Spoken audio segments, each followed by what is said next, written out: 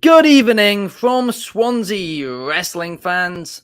I'm your host, Ben Allison, and you are listening to Wrestling Republic's daily broadcast, your one-stop shop for professional wrestling, insight, news, and reviews on a daily basis. We've got a lot to talk about today because it's Wednesday and you know what that means. It means last night was NXT and tonight is going to be AEW Dynamite.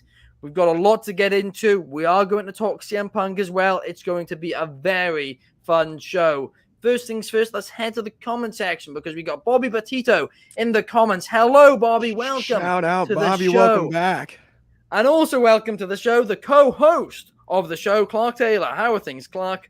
I'm doing well. Sorry to jump the gun there. I was hanging out with Bobby Petito last night with Drizzy and Shad on the NXT Wrestling Off the Air. And thank you once again for being with us, Bobby. You're the man.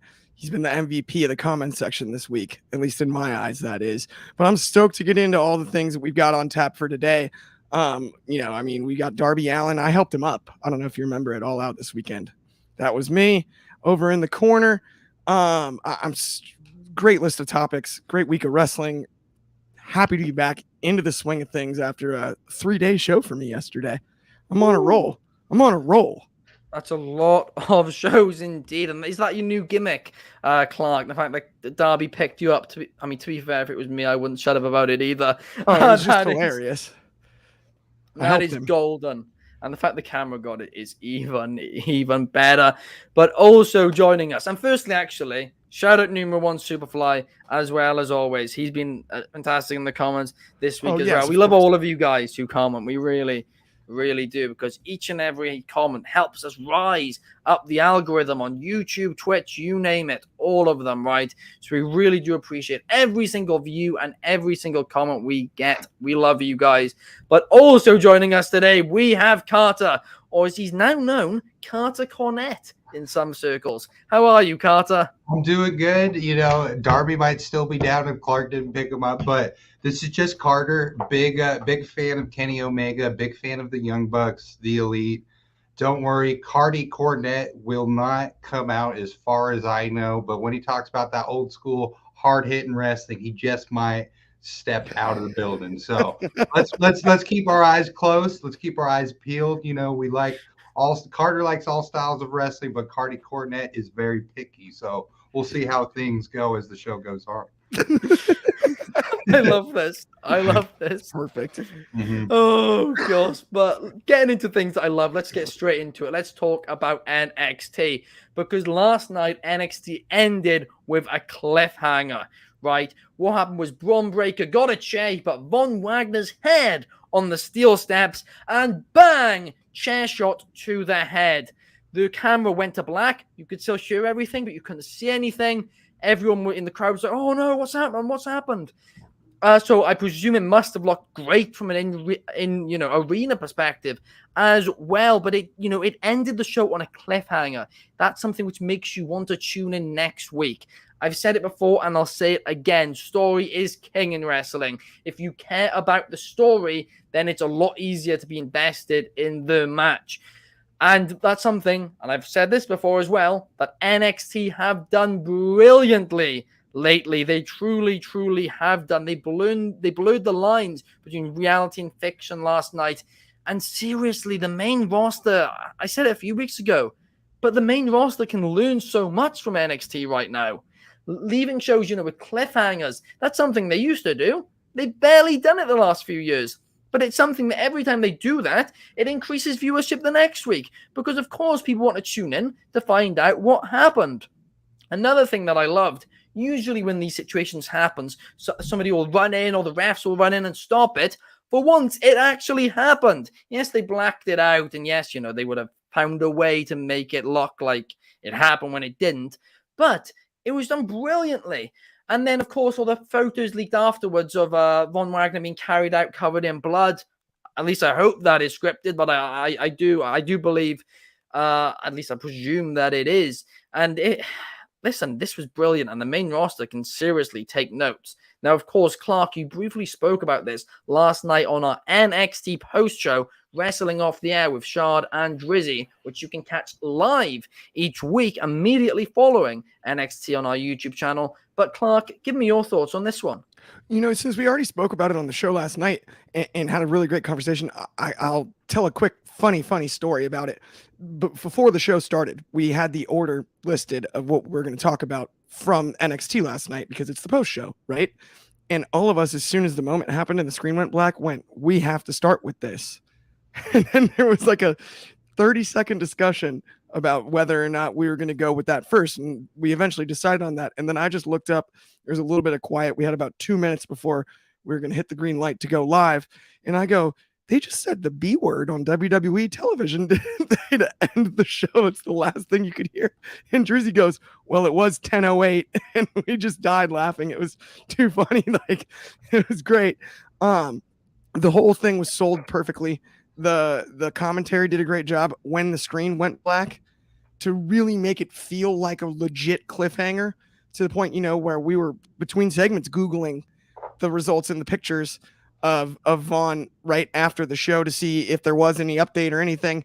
I mean, I really enjoyed it. I think it's awesome. We made some suggestions last night about where you go from here.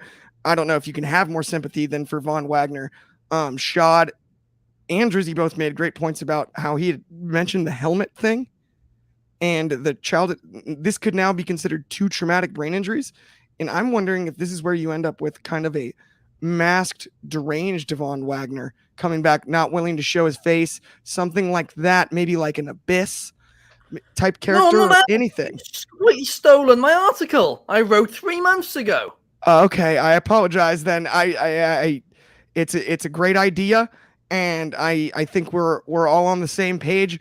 Got to give Ben Allison credit where it's due, obviously, right? He was on it as much as anyone. And yeah, no, I think that's the logical direction. You could have a modern day, almost Kane type of a character situation with, Kane wore the mask because of the burns, early Kane, that is. And I think you can go that direction, or you have him come back as just a total babyface, because if you don't have sympathy for a guy who got basically concertoed with the steel steps, I don't know who you would possibly feel bad for inside of a wrestling ring. Yeah. I mean, that's it's as bad as it gets. And if you want to see someone get their comeuppance, it'd be Braun Breaker after that. I think it did as much for Braun Breaker as it did for Von Wagner, and I really enjoyed it. It's funny. Leading into Wrestling Off the Air, I wasn't the biggest NXT fan since 2.0. Pre 2.0, I was in love with, right? I didn't dislike it, but it wasn't my favorite product. The last 3 weeks have been absolutely excellent. It's ironic that since we started the show, it's just been really enjoyable. Especially what they're doing at the top of the card with names like Breaker and Wagner now. Wagner is kind of broken out the last 2 weeks in my eyes. He's looked the best he's ever looked. And then you've also got this potential 3-way with Dragunov, Wes Lee, and Carmelo Hayes. That's off the charts. It's really exciting. It's fun to see. It absolutely is. And I've got the article up now, which I wrote on July 12th, saying Von Wagner should be WWE's next dark character. And the picture is, him with a mask. I go on to, talk about him, talk about the potential setbacks about that. And yeah, I mean, I suggested, feud obviously at the time with Bray Wyatt, which would have been amazing to see, I think. But also Von Wagner having Iris as a theme song as well, I thought would be something phenomenal if they could do that. I mean, if we go at the comments here quickly, we've got David Sheldon in the comments saying, "Get the police out there. That spot is attempted murder." And David Sheldon saying that should be on the "Don't Try This at Home" adverts. It actually should be as well. That would be a perfect spot for it. And thank you, Bobby, who's saying he hopes all of us are having a great day. You too, Bobby. Absolutely. You too. But Carter, what did you think about the cliffhanger on last night's episode of NXT? Well, I'll tell you what Carter thinks. I'll tell you what Cardi Cornette thinks. But I mean, no, Braun Breaker NXT is what brought me into this modern era of wrestling. I was watching NXT before everything else, and I mean, truly see it as college football. It's where the best prospects in wrestling get built outside the indies. I love the indies, but Braun is the best prospect I think we've seen in NXT in a long time. And he got derailed by out of the ring issues, and his heel turn has just been nasty. I mean, he's mean, he's scary, and Cardi Cornette will tell you this is the exact opposite of Twinkle Toes. Okay, everyone in that audience was genuinely afraid of that man. But I mean, it's just awesome gas on the fire, Braun Breaker being terrifying. Just it's just he's a great prospect too. Some of us are surprised he didn't go up to the main roster, but with WWE superstars spilling over into NXT, I think they see how special NXT is, and they're tapping into that. And I think that's just a beautiful thing as a developmental territory for WWE. I think it's long term. We're going to see a lot of great stars built up through there. I did say the other day Takeshita is one of the best prospects in wrestling, but I will put Braun Breaker near, maybe ahead of that list. If I'm making dream bookings, Takeshita, Braun Breaker, so we'll call Vince McMahon. That's not happening, but I mean, might as well ask for it while I'm on the air. Oh, that's brilliant. I do agree as well. That those are, two of the top prospects in wrestling. And I really do think Braun Breaker is going to be WWE's next top star. And something which was quite interesting this week is that WWE India announced that Braun Breaker is going to be on Superstar Spectacle. I think it's Friday or Saturday night, and it's not going to be aired anywhere. It's just in India. But the fact that Braun Breaker's on that show and he's the only NXT talent on that show tells me that they're trying to get him over with the India market, which tells me that they've got big plans for him on the main roster. So they're trying to get him known internationally now before they bring him up. And that's good. That's promising. It's really market is. Too. Big, yes, big huge market for them. But now let's move on and let's talk about. We've had a couple of days. The fire's cooled. Let's talk CM Punk, right? I'm not going to go on a rant about this personally, whatever. I said my piece the other day. There was a lot of issues. His side's telling one story, other sides are saying other stories. Clearly, a lot of people from both sides are leaking a lot of dirt to the dirt sheets. I'm not a fan of the dirt sheets to begin with. So the fact that they're leaking all that stuff too, I don't like it. I think everybody involved is acting a little bit immature, but a decision had to be made. Last time, after Brawl Out, it kind of felt like a decision just wasn't made at all because they weren't on the same page, and yet they were all with the company still. This time, at least the decision was made. Whether or not it's the right one, it remains to be seen. A lot of people on social media are saying, because Collision's viewership was only just over 300,000 viewers this week, which is massively down from where it was when the show debuted. However, I'm going to be completely honest here. I don't know in terms of last week how much CM Punk had to do with that. He was released earlier in the day. I doubt that had a huge impact. I think that was more so the fact they were up against WWE Payback and college football. So I don't think that Collision rating is too much to go at in relation to CM Punk. But Clark, obviously, you're a big CM Punk guy. You've been a CM Punk guy for a long time. Some fans, say, oh, he should go back to WWE now. Others say he should go to Impact Wrestling. I mean, Clark, you were away. You were in Chicago when all of this happened. So I was wondering, what is your thoughts on CM Punk being fired? Do you think it was the right call, or do you think TK has made a mistake?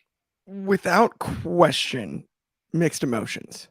So part of me was just sad because it was such a whirlwind of time from the beginning to what is now feels like an ending almost. Even if, I would argue outside of the lawsuit aspect, this run of walking away or leaving or breaking up with a company is wilder than the one that kept him away 7 years.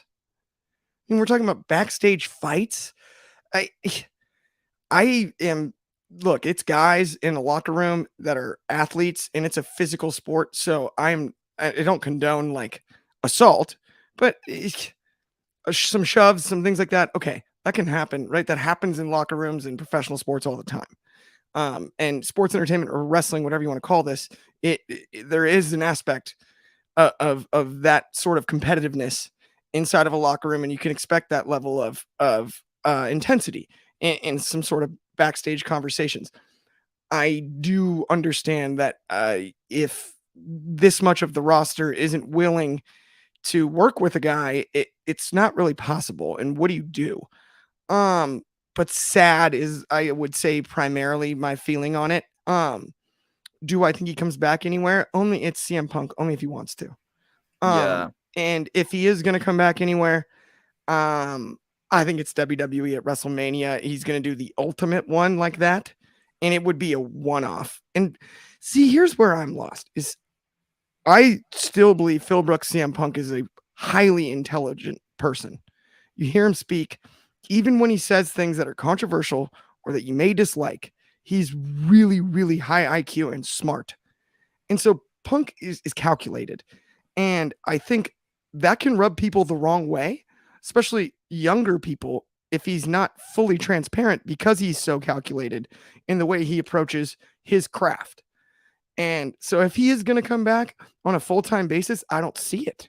I don't see him being able to play nice long enough with somebody, with a group, to come back on a full-time basis. But for a one-off in a big one at Mania 40, let's say, a big one, maybe Wrestle Kingdom.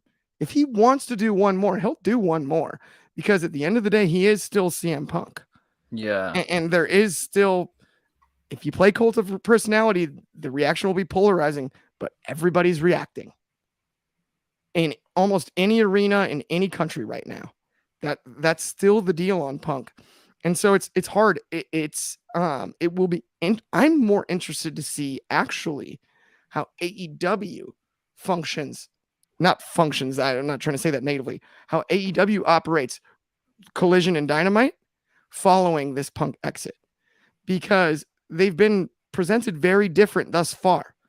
And a lot of the stories, and I hate dirt sheets as much as anybody, but talking about Punk and his level of influence on Collision. If we end up with slight exaggeration to what some people are making out, which I would agree on, right? And that's neither here nor there, right? That's all just kind of conjecture anyway. Yeah. But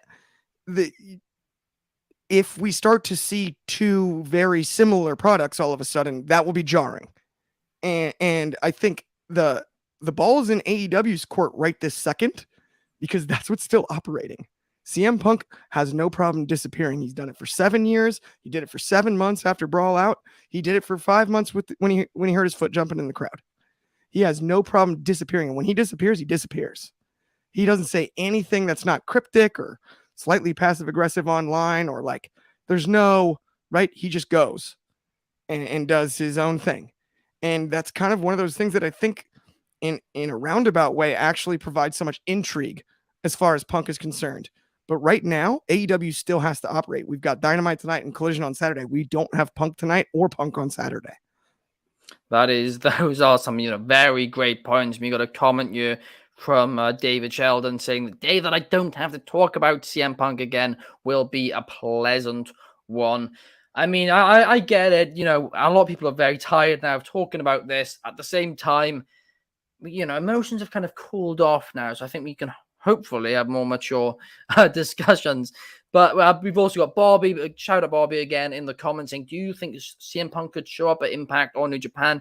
Impact, he was there backstage a few months ago. Possibly. New Japan, never say never, but don't hold your breath, as I feel like that could hurt the relationship between New Japan and AEW, which is very beneficial to both companies, and probably especially New Japan. But what about you, Carter? How do you feel about CM Punk being fired? Well, this is going to come from Carter, not Cardi Cornette. So before I go, I apologize, Clark. But I'm relatively new to covering AEW, watching it, I guess, intensely as you guys watch it. And I mean, I keep going back to what Chris Jericho said after CM Punk. I don't think it was called his pipe bomb, but his version of that in AEW, where he was just going off on Tony Khan, and where Jericho kind of said, like, listen, we have this beautiful thing.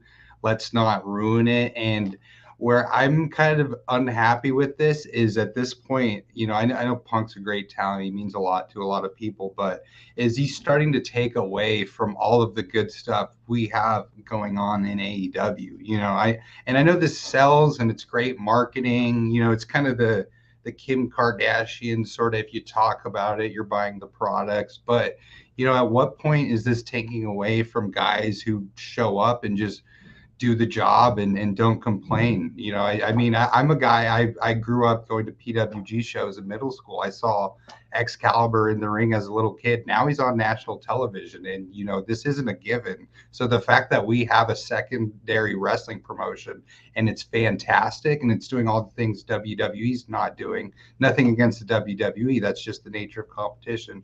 I just hope this doesn't take too much away from that. And that being said, CM Punk, I think you need to go to Impact for a little bit. I think you got to go chill out there. I don't think Japan's the right place for you. You're a little too into breaking rules. I think just go to Impact, spend a couple months there, and then come back to one of the major companies. And that's my opinion. No, I think you made a lot of great points there, Yes. Carter. I agree with them for sure, really. I mean, it's gonna be interesting to see what's next for CM Punk, if anything. I mean, at the end of the day, he has said before Samoa Joe was his favorite opponent to face ever, and his final match as of now was in front of 80,000 people against his favorite opponent ever. I'm going to be honest with you, it's not a bad way to go out if, he decides he doesn't want to return. There are other just as great ways to go out. You mentioned WrestleMania 40, Clark. There's other alternatives. But I don't think there's any shame if he does just hang up his hat now, because one thing that's an interesting factor, too, is WrestleMania 40 will likely be the first WrestleMania ever under the Endeavor banner. And CM Punk is a former Endeavor employee. He fought in the UFC. That's true. They might be more inclined to work with Phil Brooks than they were before. It's another thing that just scares me to death. Scares you to death? Yeah, it would be disappointing. To me, Punk going back to WWE, like him going to AEW, right, was like that fit even just like the character CM Punk too. It fit both on and off screen. Yeah, it was like. It was the ultimate. It was a little bit of a middle finger to the old Federation, as I like to call them sometimes. He was like, hey, and to go back now would be a little bit like, it would not, I don't think, I'd almost rather see AEW mark. I no, it has nothing to do with being an AEW mark. As a Punk fan, I think it would actually hurt the character, because it would kind of be like selling out again. Like it would be it goes against everything he tried to represent. And like it would be like, okay, really, dude, like the Hangman promo would have a bit more weight to it. Let's just say that, if that does happen. But a very good point there as well. And Punk, he does commentary on Fight Pass still as well. So there is a connection there that I didn't even make. Great points indeed. But now let's talk about AEW. Let's talk about AEW right now, who the talent who are currently in AEW, and let's talk about Orange Cassidy. Of course, he went on this brilliant story this year, proving everybody wrong, proving he's great in ring, and he's also somebody who can be a workhorse, despite the fact that he seems lazy at times. But he has now lost the title. He lost it to Jon Moxley. His body gave up on him in the main event of All Out. What a match. If you haven't seen it, you really should go and check that one out. But Clark, what I wanted to ask you is, how should AEW book Orange Cassidy following this title loss? This is what Orange Cassidy was born to be, and that's the ultimate babyface. He's the ultimate underdog. The guy that has his own style. He doesn't talk too much. No reason to. He's got charisma just like steaming out of his ears. Every single time he walks, he can smirk and get a reaction. He only puts his thumb halfway up and gets a reaction. He puts his hands in his pockets and it gets a reaction. Not only that, he showed his heart on this entire run. We keep him in this lane, in this particular lane where he is the ultimate underdog babyface, what he was destined to be. Maybe a short little run with him and the best friends that benefits both, and get him in the TNT title picture or the world title picture. Because a rematch with Moxley doesn't make any sense to me. What they did was beautiful. Save that for later. Save that for another time. That was great. I don't need to see a rematch. Maybe sell that Orange is too hurt for a little bit and have him get sort of picked on. Coming back, he's too hurt to go, and then one of the larger guys, maybe even I wouldn't mind a Samoa Joe rivalry. I mean, that's not like right away, I wouldn't say, but I wouldn't mind a Samoa. Maybe Samoa Joe's like, look at you, you're all broken. I can't, you know what I mean? And really fires him up. I wouldn't mind that. I think Orange can also, with his moveset, he's way more versatile than we realized, because we all got hung up on sweet shin music and the pocket spot. And we had no idea that he's got this depth of moveset. I mean, Beach Break is beautiful every time. It's a great move. The top rope game is awesome. His selling is off the charts. So he can wrestle a big guy. He can wrestle an athlete. And I wouldn't mind, I wouldn't mind him and Starks in a rivalry. Maybe Starks tries to pick on him because he's hurt. Ricky Starks would not be a bad choice at all. See him in a little bit of a faster paced style, right? Whereas instead of him building up and being the fastest one in the match, you have both guys with some speed. That would be unique, and you kind of have the cat and mouse game similarly, but you can really show off Orange's agility in a way that getting hit as hard as he did on this run, carrying that title isn't necessarily the key piece, right? Yeah, no, that makes a lot of sense. I mean, personally, what I would really like to see is I'd like to see him firstly take just a couple of months off, because his body in reality probably is very hurt. He's had 33 championship matches in the past 11 months. That on anybody that would hurt a lot. But then once he comes back, he'll be back at 100% again. So I think give him a couple of small feuds, like you said, Clark, perhaps a Ricky Starks, perhaps a Samoa Joe, and then you build him for a championship match against MJF. Because MJF, a heel MJF, right, whenever that happens again, I don't think we're too far from it. A heel MJF versus Orange Cassidy, well, that is money. And yes, if somebody loses a mid-card championship and then goes to the big title, the world title picture straight away, that can be a bit, but it's slightly different in this situation, because Orange Cassidy was very, very hurt. When he's back at 100%, well, then it's an even fight. That's something which I personally would like to see, but from going from things which I'd like to see to things that we will see tonight on Dynamite, Darby Allin will take on Nick Wayne in the AEW World Number One Contenders Tournament. I can't remember what they're calling it this time. There's probably the word Eliminator in there somewhere. Oh, they're always long and confusing, these names. But Darby Allin versus Nick Wayne. I'm excited for this. I smell a Nick Wayne heel turn coming a mile away. I think he might go into what AR Fox's role was in the Mogul Embassy. Yes, he took them out. They took him out, and AR Fox took him out specifically with Swerve. But then Darby forgave AR Fox. So, Nick Wayne should be furious about that. And who's to say that, he might go up to Swerve now and say, you were right, I can't trust Darby. And he could align himself with them. I'm very interested in this, and I think it'll be a banger of a bout. But Carter, give me your prediction on this tonight on Dynamite. Yeah, I mean, here I'm going to coin a new term. Darby Allin, total just spot king of the spot monkey. Just like it's like seeing a pro wrestler, or no, he is a pro wrestler. Like seeing a pro wrestler, or pro skateboarder doing pro wrestling. I mean, the guy just flies all over the place. And then Nick Wayne, for those of us who watch the Indies, is one of the, I mean, I'll say it, he's the best 18-year-old in wrestling right now. I don't know who else is 18 right now, but he's a great, great prospect. This is kind of I don't want to say it's a typical wrestling storyline.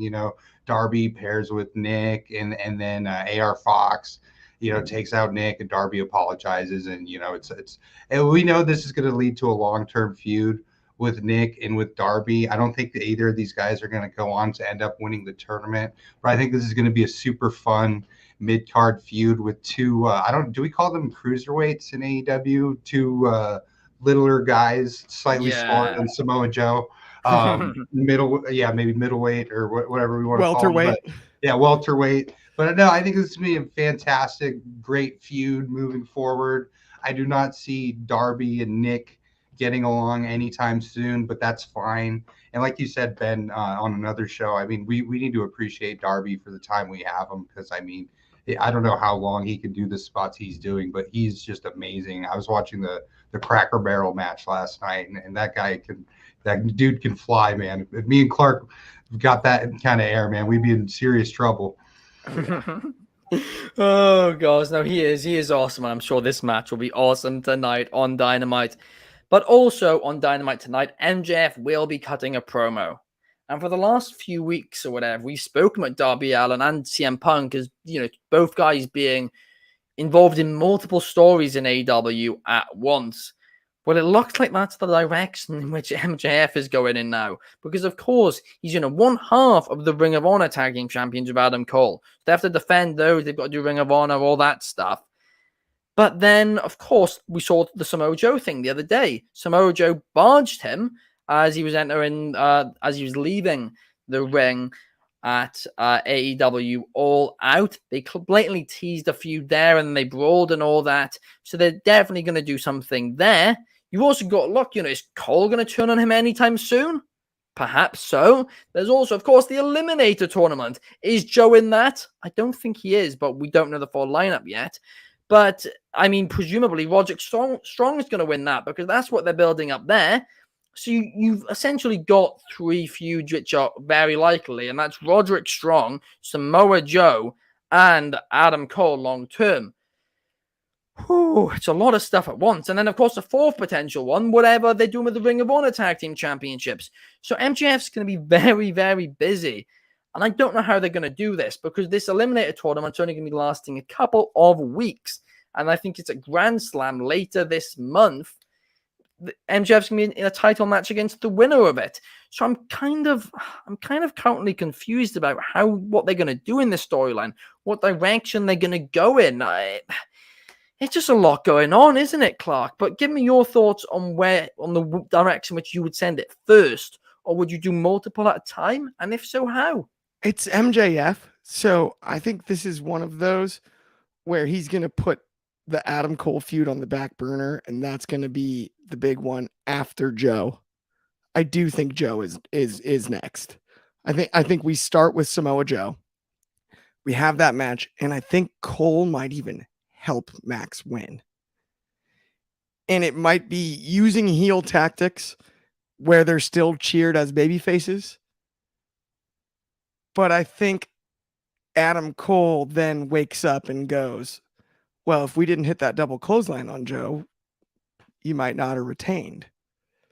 And that's the direction we go next after the Joe match. I think Joe gets all the way there dominantly. Joe should. Do you think Joe's going to be in the tournament? He's got to be somehow, right?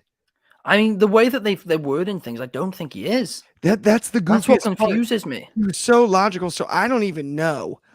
I think Joe sneaks his way into the tournament somehow. Maybe by like attacking someone backstage, right? Yeah. Maybe like a Roderick Strong, and then maybe Roderick gets in Adam Cole's head. Yeah. Finally, but Cole also still helps Max. And then Cole does wait a minute. You couldn't have beat Joe if we didn't hit him with that double clothesline. The most over move in pro wrestling right now, by the way, mind you. A handheld clothesline. It's amazing. It's electric every time. I mean, the way that they're saying it is that could MJF be talking Samoa Joe, or will he give an update on the world title eliminator? So they're kind of seemingly keeping them separate, but they haven't announced the full bracket yet. So Joe could easily be in it too. Maybe that's what he'll come out and say. But they're teasing the strong rivalry very strongly. So, I mean, it's kind of there. Like, they've got to do that too. I mean, poor MJF. I mean, this guy's gone from not working at all to working twice a week. I think he's trying to prove a point. Every time that I've noticed that MJF gets questioned is when you get the best version of MJF. So anytime that the sort of, whether it's the IWC or it's dirt sheet related or it's something else, and MJF gets thrown into like well, can he go 60 minutes with Bryan Danielson? Yep. Can he do a dog collar match with CM Punk? Yep. Can he deliver the pipe bomb promo thing and then go away and get his contract? Yep. You know what I mean? Like he every single time that someone does, is MJF capable, is when you get the absolute best version of MJF. Even this run with Cole, is he capable of being a babyface? Can he be friends with someone? And we criticized it out of the gates, and then it was like, oh no, it's so entertaining. Please don't stop. Right? Like, is he willing to bleed in a match? Yep. Is he willing to have a stiff match? Yes. Like, is he willing to, yes, MJF has delivered at every single spot. And I think this is perfect for him here. You've got two big question marks. Can he handle carrying this level of workload, right? Week in and week out, on top of maintaining his friendship with Adam Cole, holding off Roderick Strong in the Kingdom, dealing with Joe, all these other threats. It's the perfect storyline too, to bring out once again the best in MJF. Yeah, no, I'll agree with you there. I mean, the other interesting thing is, and I'll bring in a football related, the topic, or soccer, as you guys call it in the States. But basically, in football, when somebody's almost a free agent, for the last few games on their contract, they'll kind of go a bit easier because they don't want to get hurt. Because obviously, if you get hurt, then whatever. So, I mean, maybe this kind of backs up your theory, Clark, that he's already signed. I still don't think he has. I really don't. But that's an interesting point. We do have another, an interesting comment from Montanez 1998 over at Twitch, who's saying, "Are you telling me WWE and AEW will basically be swapping Edge and CM Punk?" Now, in terms of a direct trade, no, that's not happening. Do I think they could have? I mean, because both guys are out of contracts. But I think see it? Well, we can't because neither of them are contracted. But could they both as free agents switch around? Yes, absolutely. That's what I mean. Like, in principle, like, we could see them actually switch. Yeah. No, absolutely. But I mean, part of me thinks that maybe the first ever big swap in modern professional wrestling history could have been CM Punk to WWE for somebody low on the card in WWE to AEW. I feel like AEW might have missed an opportunity there. I mean, I think McIntyre's too big. I think because he's such a big draw from the UK, I think. I don't think WWE would accept that because, as well, remember, they would be playing their card a bit with CM Punk as well because it's obvious that they'd probably have to get rid of him if not. But I think they could have gotten somebody such as Mustafa Ali, or Dolph even somebody Ziggler? a little bit. Dolph Ziggler, yes. I mean, there's quite a few people who I think they certainly could have got. And even JD McDonough, if he wasn't involved in a storyline like that. What about AJ Styles?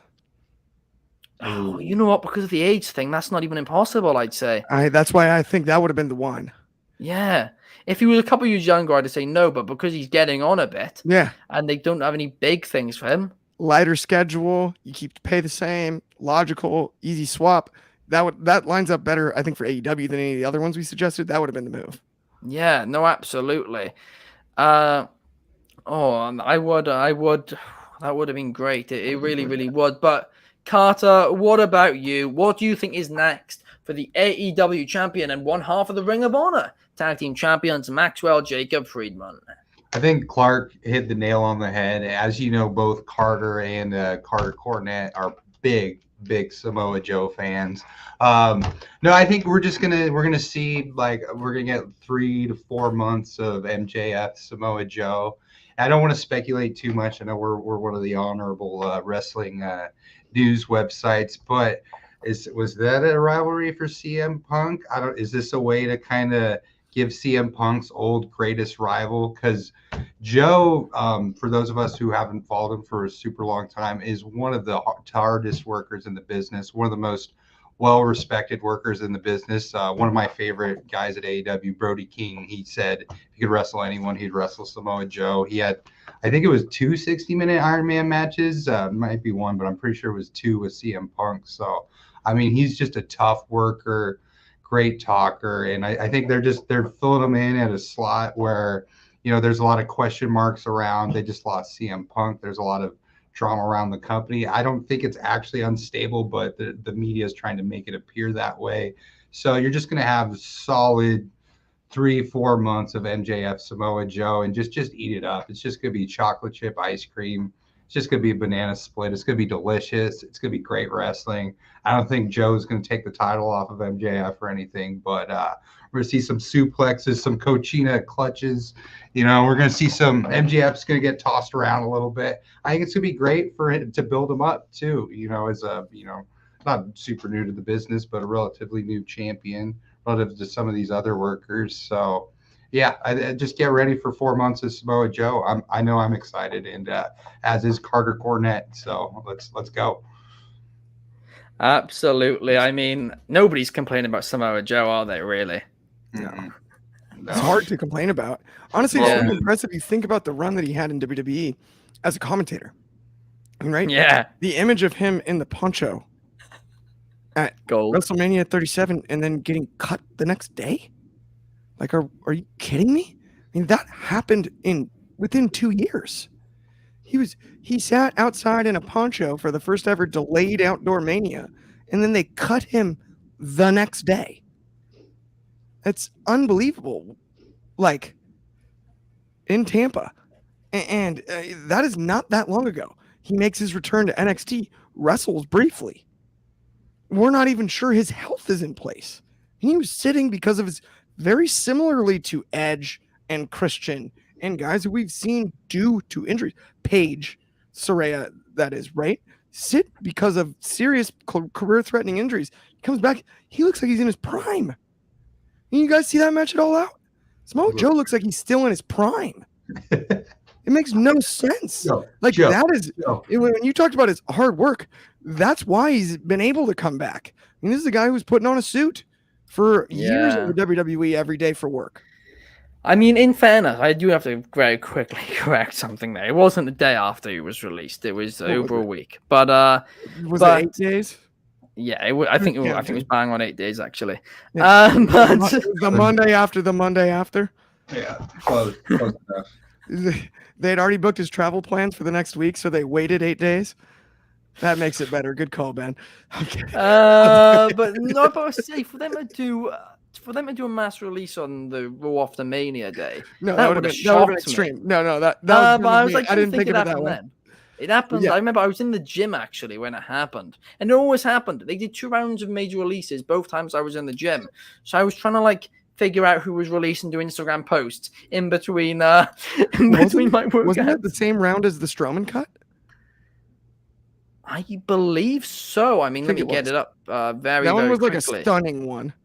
So it was when Chelsea Green was cut the first time. Mickey James, Kalisto, Mojo Rawley, Bo Dallas, Wesley Blake. So that wasn't the same one as Braun, though. Braun was later. Yeah. But that was the Mickey James gets her stuff in a trash bag, right? Yeah. Woof. That was a whiff. Oh, that is certainly difficult. We got a comment from Montanez 1998 again, and I think MJF will resign because TK is not stupid and they need MJF to step up. I agree with you, by the way. I do think he's going to sign a new deal with AEW now. I've flipped. I don't think he has yet. I don't believe that, but I do think he will. And the reason for that being is I think Tony Khan's going to offer him the bigger deal. I think the only way he won't be able to is if literally they do beat each other so much and WWE just very petty, just slightly going above, just ever so slightly above each time. And then MJF, because as much as he says, I'll go where the money is, I think there was a bit of loyalty there. I certainly think so. So if the offer's only slightly more, I think he will choose AEW. But if WWE give him a huge contract, who knows? But my money would be on AEW right now. But thank you guys so much for watching, because it's been a great, great episode. If you're on YouTube, please hit a like and subscribe. On Twitch, follow helps us a lot. And if you're on Spotify, a cheeky 5 stars, well, that just always makes my day. Thank you to Carter and thank you to Clark for joining me here today. It's been a great episode. Clark will be back with Shard and Anthony tomorrow night for Throwback Thursday at a later start time of 11 p.m. UK time, 6 p.m. Eastern and 3 p.m. Pacific. Friday will be back normal time, but I'm having a couple days off, so I will see you guys on Saturday where we'll be talking SmackDown. But make sure to tune in. Later start time tomorrow, normal start time Friday. We will see you guys then. Enjoy.